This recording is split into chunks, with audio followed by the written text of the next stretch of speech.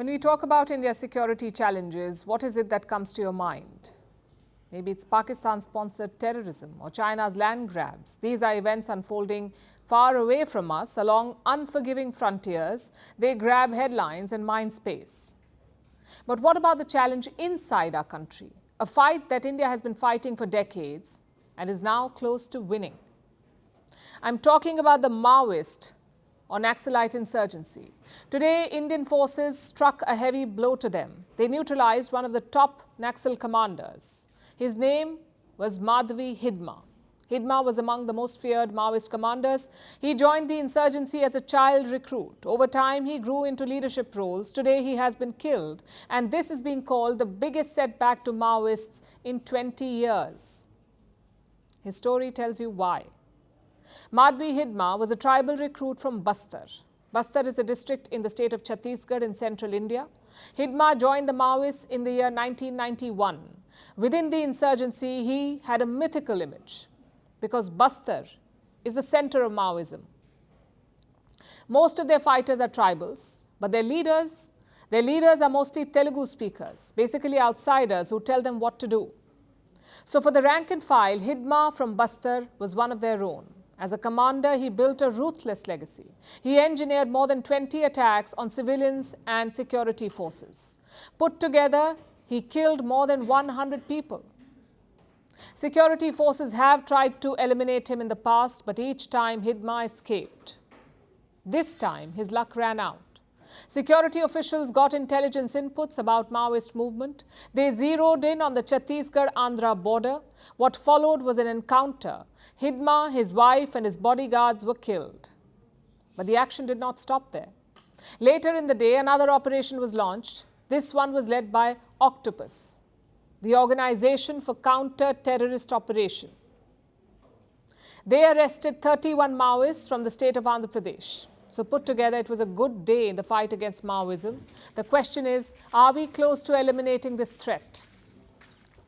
Well, the government of India has set a deadline, March 2026. By March next year, they want to eradicate Maoism in India. Frankly, it could happen before that, because look at the numbers. In 2025, security forces have neutralized 270 Maoists. They have arrested 680. And they've also arranged the surrender of more than 1,200. That's a big blow in just 11 months.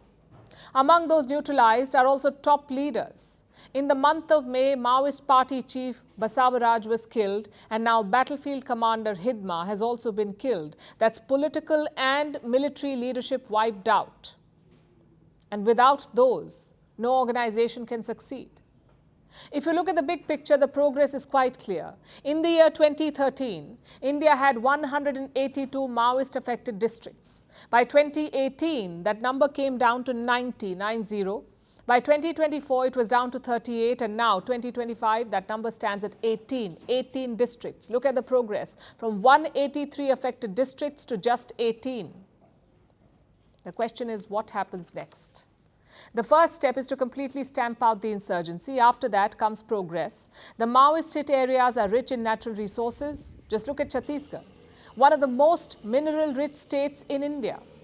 It is home to 28 different minerals like diamond, coal, limestone, dolomite, bauxite. And most of these deposits are not accessible. Do you know why? Because they lie in Maoist-affected areas. And don't get us wrong, we're not saying that go in and plunder the forest. We're saying harness these resources, use nature's bounty to deliver progress for the locals. If you can do that, you can root out this problem. Because Maoists prey on the poor. They weaponize legitimate concerns to fight an illegitimate battle. Yes, you can defang them on the battlefield, but ultimately there must be progress. For decades, Red terror has haunted the people of Central and East India. It is time to finish this off once and for all. They promised glory. They delivered fear. They shaped nations. They scarred generations. From brutal purges to propaganda machines, from stolen power to violent falls from the throne. Welcome to The Dictator, a series that strips away the myth and then exposes the men behind the tyranny. History remembers their power. Firstpost reveals their truth.